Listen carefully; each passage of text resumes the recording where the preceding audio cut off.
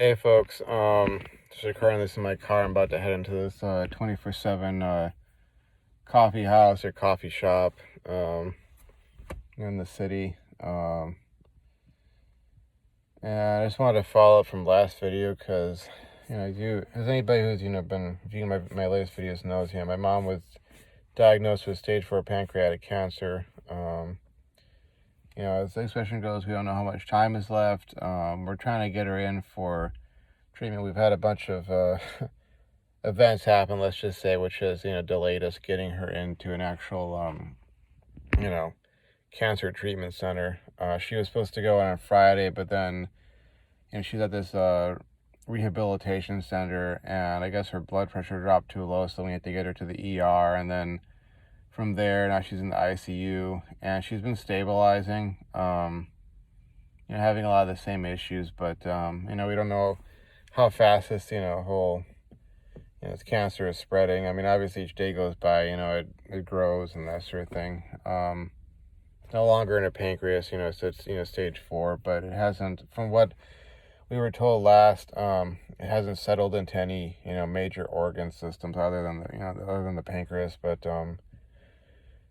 the schedule with this pancreatic oncologist got moved from last Friday to this Tuesday, and we're just trying to basically get her through the next few days, and then we can just, have her, taken to meet the oncologist, get the consultation done, get a plan in place, and then we can, get the ball rolling on that, because this place this guy's at is probably, it's one of the best, if not the best in the world, and he's apparently world-class, essentially an expert in his field, and I guess he'll give her, the best chances of beating this. And I know that, as time has gone on, let's say over the last 10 to 15 years, I mean, the survival rate has gone up significantly. I've read enough cases of people who, had it even worse than where it's at for my mom, and they came back from it. But she's obviously got her health complications from, all the near-death experiences she's had over the last 10 to 15 years. A lot of it, either caused by or exacerbated by, alcoholism, and, drug abuse and that sort of thing. And, her mental health hasn't been that great either. I talked in the last video about, narcissistic this and that. And I definitely do feel like she at the very least has those tendencies, if not being full-blown, just like the same way I'd say with my sister. But, she's still my mom. I still do love her, and I hate seeing her in this state, but it's been a real back and forth with with my dad, for instance. Even with my sister, I can't even have these conversations, but she's not really at that level of maturity, if if that's even a possibility. But of conversations about not playing into this victim mentality or woe is me, taking responsibility, taking ownership for their health, and the fact that so much of my struggles over the last 20 years has related to their substance abuse, and the fact that my dad basically would buy alcohol and cigarettes for my mom and my sister, and just enable them essentially, regardless of their behavior, and just, always tolerating their, crappy behavior, and almost becoming their drug dealer, that sort of thing. And, I've had these times recently where I talked to my dad, and he's been willing to sort of, go, yeah, we should listen to you. I'm sorry we treated you like this, because they would basically throw all sorts of slurs at me over the years when I tell them, hey, you need to stop. This isn't sustainable. This isn't the way you want to be going about things, etc., etc. And then, of course, he backslides on it later on. Well, actually, the doctor said this, there, the other, and he tries to, make up some story about how actually it has nothing to do with that. And if that's the case, then why don't you this, that, and the other? And it's just well, how do I know I'm not getting this sort of stuff? Or is it not in the background? Or maybe the reason I haven't gotten this yet is because of, maybe it's because of my youth, or maybe it's because I got out of the house and away from you guys for the last, 8, years or so. And because I wasn't there for those 8 years, I wasn't getting exposed to the carcinogens and the secondhand smoke, or the, because I never drank, et cetera, et cetera. Maybe I dodged that bullet. I don't know.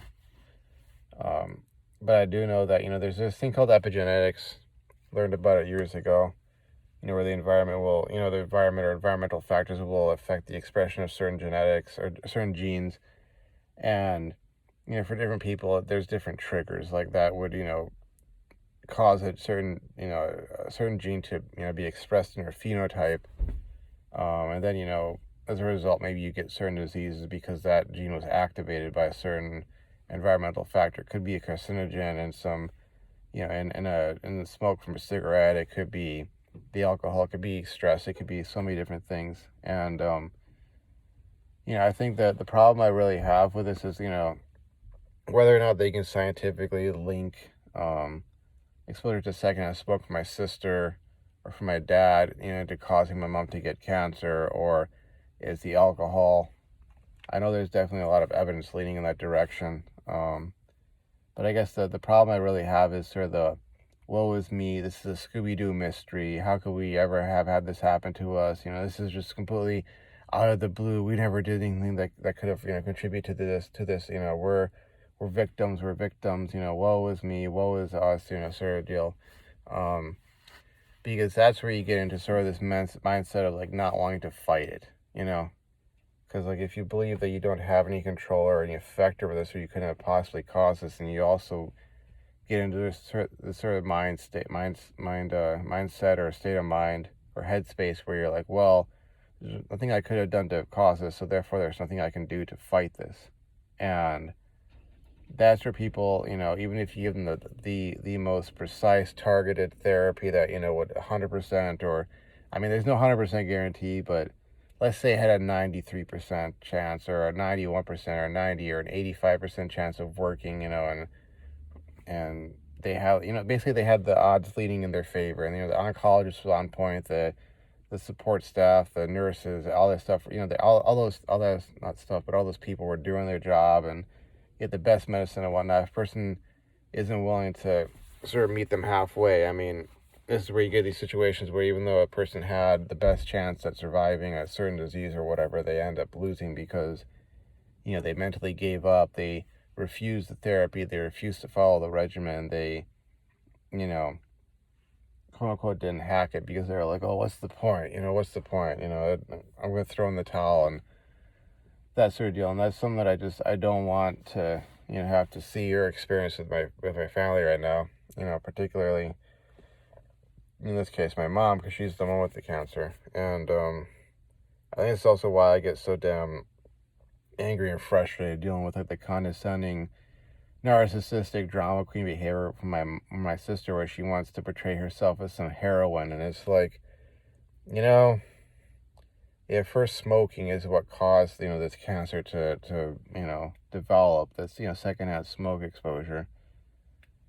That's just made me so damn angry, because it's like, she wants to pretend like she did all these things for my parents, and that, I ran away, I went off someplace else, and, built a life for myself, and that was wrong, and I should have stayed around and done this, that, or the other. But it's kind of like, even if I had, like, this kind of stuff would have happened because I wasn't the problem, and I had to work to overcome all sorts of, stuff myself, and I have a right to my own life, and I didn't really owe them much beyond just not being a burden. Get your activities so you can support yourself, so you're not being supported by your folks into your 30s and your 40s and so on.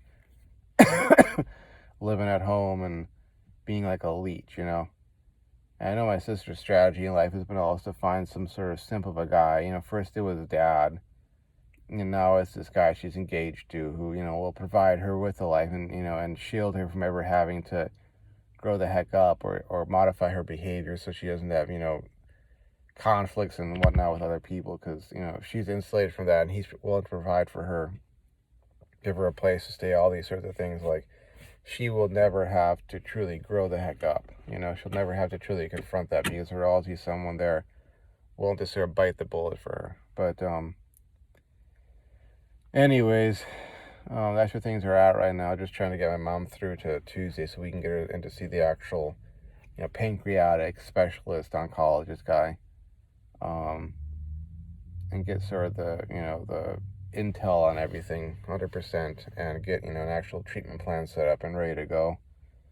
And I'm having to trying to find a balance point between being there for my folks, because, again, you don't know how much time you have left in these sorts of situations, and you want to be there 24/7, but at the same time, like, I do have my own life, and I do have my own priorities, and, like the last couple of days, I've been, at this place, like, pretty late, working on homework for my Calculus 3 class, and, finish up on the last few problems tonight, starting on Python, getting stuff done for that, and just having to sort of find this balance point where I'm taking care of those things, but I'm also spending time with my mom, and my dad, and trying to do what I, can to help and to hopefully create, better memories and repair my relationship with her before it's too late, because she's going to go, but I want it to be a matter of, like, we've made our peace, we've balanced our ledger, so to speak, and, that she knows that I do love her, and I know she loves me, and we have everything, like, kind of even keel at that point, as I work to break this, intergenerational curse of, things like alcoholism and substance abuse and mental health issues and whatnot, and, get my life together, to the extent that I, need or want it to be together, but, anyways, and, I don't know where I'm at with NoFap. I mean, I'm still on it. I don't remember what day it is. I did have a couple pretty intense wet dreams, but that's, or nocturnal emissions, but that kind of goes to the territory. And I'm not really willing to make as many videos about this subject as I did in the past. I may. I want to really get into talking about stacking and, precious metals and more just other topics. I have at least one other topic, or at least two other topics. The getting out of debt, precious metals, and then something else. I think part of it is because, like, I kind of been over the sort of ground so many times that it's sort of like, it's 20% knowledge, 80% behavior or habits, or sort of like psychology, and action, creating a sort of habit patterns, that sort of deal.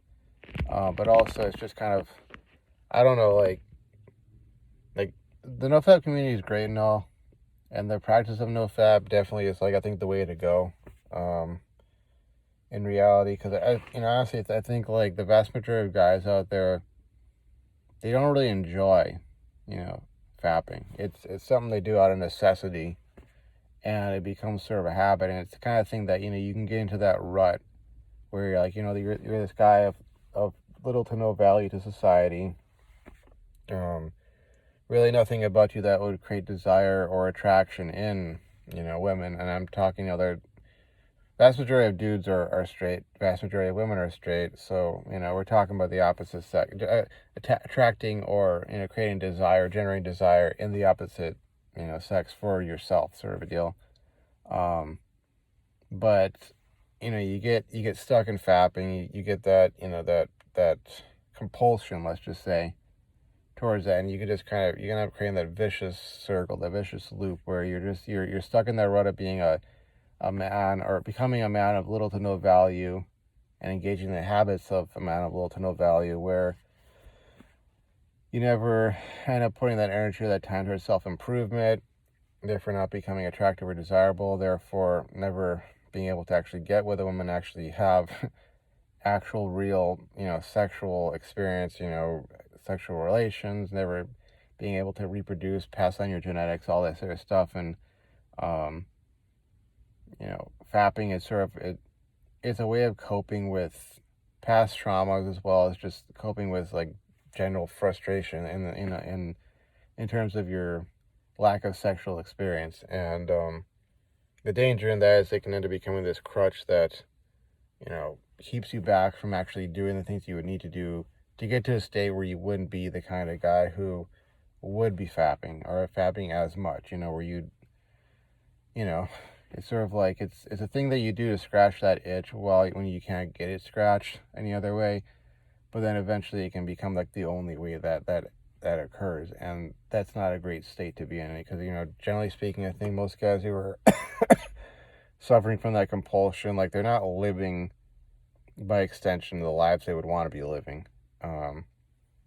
But on the other hand, like, I just say, like, NoFap or the NoFap community does tend to attract certain personalities and certain, like, I don't know, you see these posts on the subreddit or on the NoFap forums where it's just like, my God, like, I can't believe you're asking that kind of question, like, no wonder people think NoFap is a cult. No wonder people think NoFap is a bunch of weirdos, like, when you get into this, like, woo-woo-tastic stuff about, like, retention, or I don't know, like, oh, if I do NoFap, will I get to, like, get these powers, or, like, will I, be reflecting light out of my eyes or something, all this, like, weird stuff, or will I get the girl cell? Will I have this magnetic pull that the girl cell will just know that I'm on the NoFaps, and then I will get the girl cell? It's like, maybe if you're a teenager, maybe if you're early 20s, okay, maybe fine, but, a lot of this, maybe it's not NoFap in and of itself, it tends to attract those kind of personalities and such, but maybe it's just more of a reflection of the nature of, like, Western society, where, like, these boys and young men, they're not brought up in an environment where they're learning, like, here's how to be a man, and here's how to be good at being a man, and here's how to be a good man, here's how to do all this sort of stuff, and, like, hey, you want to be attractive and desirable to the women? Well, here's the basics, like, they're not being really taught that they don't have male role models, they don't have guidance on that sort of stuff, and male role models who are themselves successful, who are, it's kind of like you look at your coach and go, okay, what I want to be living this guy's life, they don't really have that, so they're trying to figure it out on the internet, it's a sad state of affairs, but I think I don't want to get overly associated with that, just because, like, there's a lot of baggage associated with it. It's kind of like the whole red pill thing. Like, I don't talk about that as much, not because I don't really see the value in it, but it's just like it's sort of like and this is kind of the way the culture works, I suppose, but it has become, increasingly, associated with, sort of witch hunts against folks who claim that title or that label, or who want to grift off of it, or what have you. But anyways, as the state of affairs right now, I'm really hoping I can, dial in later on with some good news, but, we'll see. It is what it is right now, and so much of it is out of my control. I really want it to be over in Wisconsin this next week, because my grandma's birthday is coming up, and she'll be 93, and, it's like now I'm down here having to face this sort of stuff, and there's a bit of resentment involved, because a lot of it I just feel has been caused by my parents refusing to make better decisions with their own lives, them being boomers and doing boomer things. And I don't know how much time is left with my grandmother. She's my last living grandparent, and there's that whole conflict there. Tomorrow's supposed to be Father's Day. I was going to try and get some for my dad, but, I'm kind of dealing with a complicated mess right now. But anyways, I'll see you folks around. Thanks for watching, and thanks for the support. Bye-bye.